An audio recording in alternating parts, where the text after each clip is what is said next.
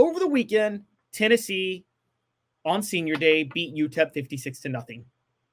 It was a slow start, but it turned out to be a memorable senior day, as Tennessee put on a show in the second and third quarters in particular. It was a lot of fun, and the Vols really showed out, and everybody was happy. But that ended up not being the biggest story of the day for Tennessee. The biggest story of the day was what else happened in the sport. There were 3 games that had a big impact on Tennessee outside of Tennessee's win over UTEP. Florida beat Ole Miss as Tennessee was playing UTEP. Ohio State blew out Indiana as Tennessee was playing UTEP. And later that night, Oklahoma beat Alabama. Obviously, what do these things all have in common? Ole Miss, Indiana, and Alabama were all ahead of the Vols in the college football playoff. So which one was most significant to Tennessee? They were actually all significant in their own ways, believe it or not. Let's start with the non-SEC game for a minute, Ohio State and Indiana. It would have been one thing if Indiana kept that game close and they did score early to make it 7-0. But Ohio State beat them 38-15 in a game that could have been 55-7 if anybody watched that game, honestly. They were significantly better. Indiana and head coach Curt Cignetti looked way out of their element. They did not look like they belonged. And quite honestly, I got to be fair, they don't belong in the college football playoff. Now, you can come at me and talk about, hey, Alabama lost. There's a lot of 3-loss SEC teams now, and given all of those, and Indiana still has a path in. I don't really think so. I think SMU actually should get in over Indiana. If you really break down the resumes of both teams, I would take a wild card Big 12 team over Indiana. Look, Indiana has beaten one team with a winning record all year. It's a miserable schedule, guys. It's a horrible schedule. So not only the question with Indiana is whether or not one loss will drop them below some of the other major teams, as the fact that they do play in the Big Ten does give them somewhat of an advantage. And I want to be fair, guys. The Illinois win is not a bad win. I'll say that much. Indiana does have at least one decent win to hold their hat on, and that would be the Illinois win. But Ohio State blowing them out the way they did, you just have to think that that's just not a good football team at that point.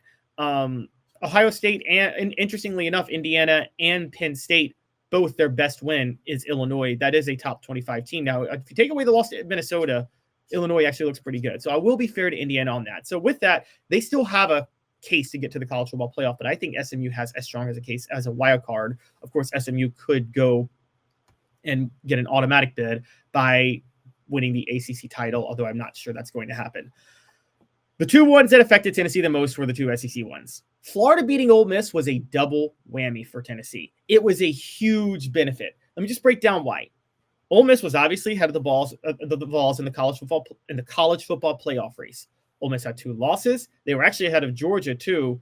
Lane Kiffin looked like he was going to be the one standing in Tennessee's way to reach the CFP playoff. But what happened? Ole Miss lost to Florida thanks to Jackson Dart throwing 2 interceptions. Not only does Ole Miss losing help Tennessee in the fact that they propel Ole Miss, but Florida winning helps Tennessee too. For actually 2 reasons. One, Florida's 6-5 now. By all indications, they should beat Florida State to finish 7-5 this year, even though they're on the road. And then they will have closed out the year beating LSU, Ole Miss, and Florida State. I mean, Billy Napier all of a sudden looks like the coach of the year. But on top of that, not only did Florida looks like a quality win for Tennessee now. Florida looks like a very good win for Tennessee. That's a team with a winning record that Tennessee has beaten that will in all likelihood finish 7-5. You have to give Florida a lot of credit for that. The other part of this is DJ Lagway played for Florida on Saturday.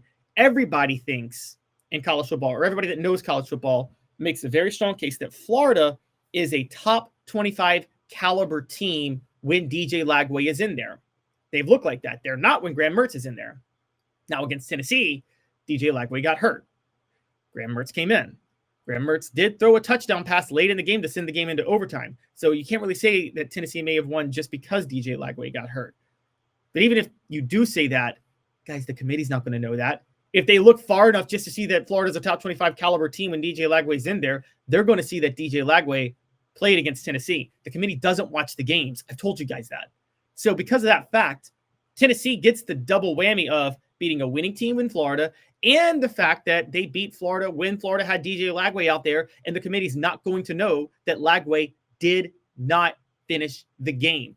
They're not going to know that at all because they didn't watch it. The committee is way too lazy for something like that. So Florida beating Ole Miss right now looks like that's the strongest case for the most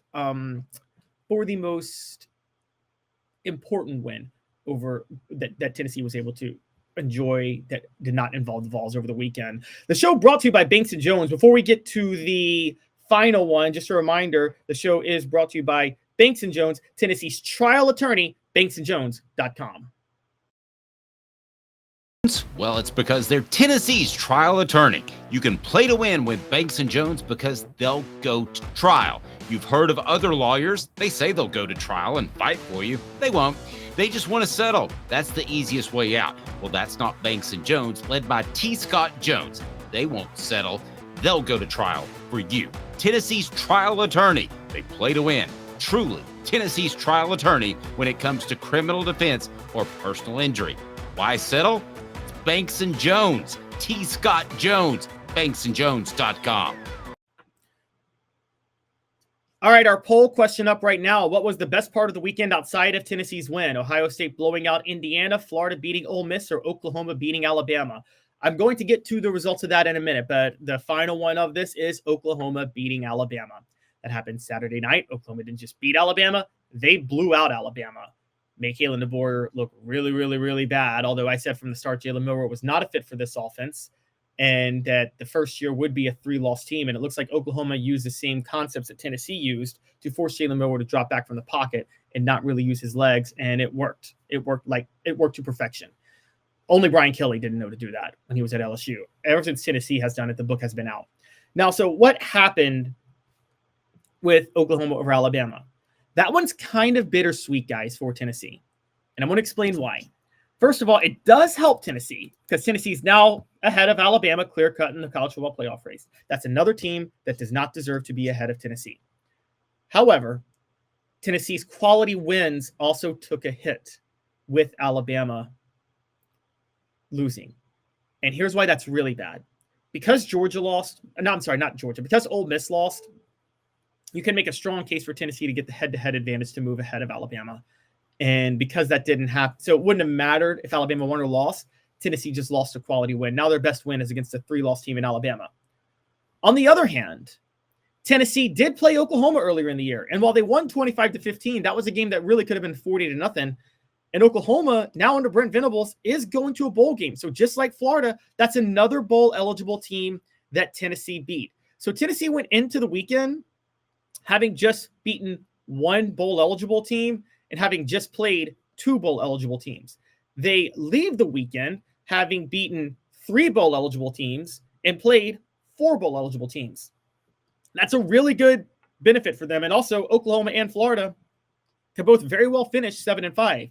I told you guys that Florida visits Florida State later this week. Oklahoma visits LSU. LSU seems to have quit on their team. Don't overlook the fact that Oklahoma might win that game.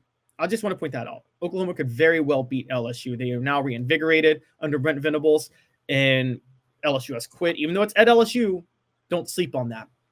Meanwhile, Tennessee will play its 5th bowl-eligible team with a chance to beat its 4th bowl-eligible team this week when they play Vanderbilt. So the Oklahoma win over Alabama does not hurt Tennessee's strength of schedule. You could say it hurts their resume in one way, but it actually helps the resume in another. So with that, Oklahoma's win over Alabama, kind of a wash on that, except for Tennessee moving up in the college football playoff ranking. So overall, it's a benefit. And then there's the added benefit of Alabama losing, and then there's a rivalry factor there, and no Tennessee fan is going to sleep in on Alabama losing. Everybody likes that. So the poll question, what are the results? What is the best part of the weekend outside of Tennessee's win? Oklahoma beating Alabama, Florida beating Ole Miss, or Ohio State blowing out Indiana? Oklahoma beating out Alabama edges out with a plurality at 48%. However, Florida beating Ole Miss does come close at 45%. Ohio State blowing out Indiana is at 6%. I think Florida beating Ole Miss is the clear-cut best one for Tennessee. It objectively helped Tennessee's strength of schedule, improved it. Oklahoma beating Alabama was a wash, and it knocked the college football playoff team out. So even if you hate Florida, even if you hate Alabama, from Tennessee's perspective, sorry, Florida beating Ole Miss was the best thing that happened for Tennessee.